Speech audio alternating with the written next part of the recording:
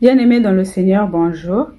Notre exhortation de ce matin se trouve donc dans le livre de Matthieu, au chapitre 4, le verset 1 à 11. Je vais le lire au nom du Seigneur. Alors Jésus fut emmené par l'Esprit dans le désert pour être tenté par le diable. Après avoir jeûné 40 jours et 40 nuits, il eut faim.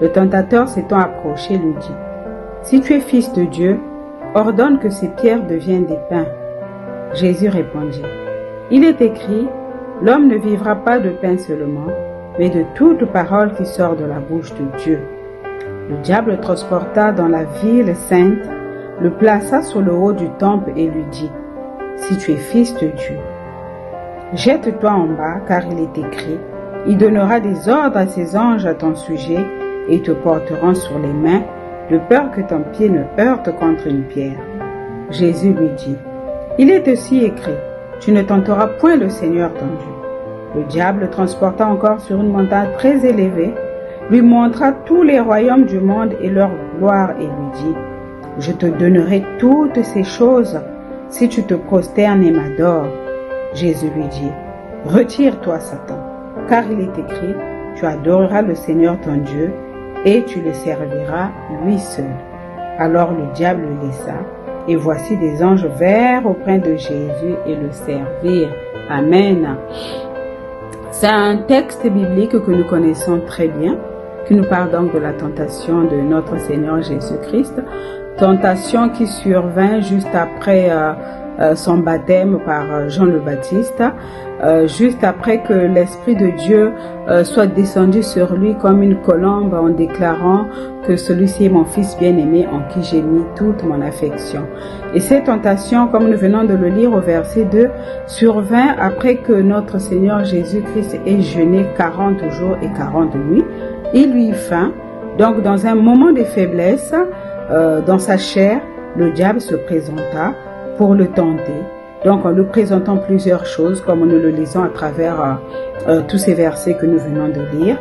Et le constat que nous pouvons faire, c'est qu'à chaque verset biblique, à chaque parole que le diable présentait à Jésus, Jésus faisait une réplique. Jésus répliquait et rétorquait par un autre passage biblique pour contredire le tentateur, pour contredire le diable. Et au final, il a tenu bon, il a vaincu le diable, il a résisté à toute la tentation et le diable s'en est allé loin de lui. Alors, c'est pour nous exhorter, bien-aimés dans le Seigneur, que nous ne sommes pas à l'abri de toute forme de tentation. De par notre engagement de suivre notre Seigneur Jésus comme seul Seigneur et Sauveur, le diable nous guette. Il rôde comme un lion rugissant, cherchant qui dévorer, comme il est écrit dans la parole de Dieu. Donc, tenez bon. Résistant au diable, bien-aimé, comme il est dit dans le livre de Jacques au chapitre 4, le verset 7, et il fuira loin de nous. Notre Seigneur a résisté au diable en proclamant la parole de Dieu. Donc, je nous exhorte ce matin à demeurer dans la parole de Dieu, à demeurer dans l'intimité avec notre Seigneur, en nous soumettant chaque jour à notre Dieu, en marchant dans la crainte de notre Dieu, afin que nous soyons disposés à vaincre toute tentation.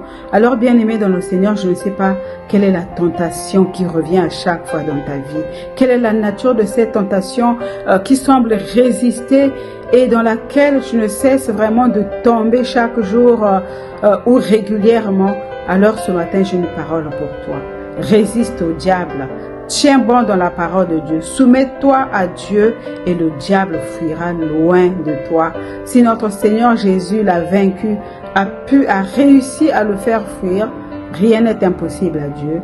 Tu vaincras le diable, il fuira loin de toi. Tiens bon, bien-aimé dans le Seigneur, alors que le Seigneur te bénisse et que le Seigneur bénisse sa parole. Au nom de notre Seigneur et Sauveur Jésus-Christ. Amen.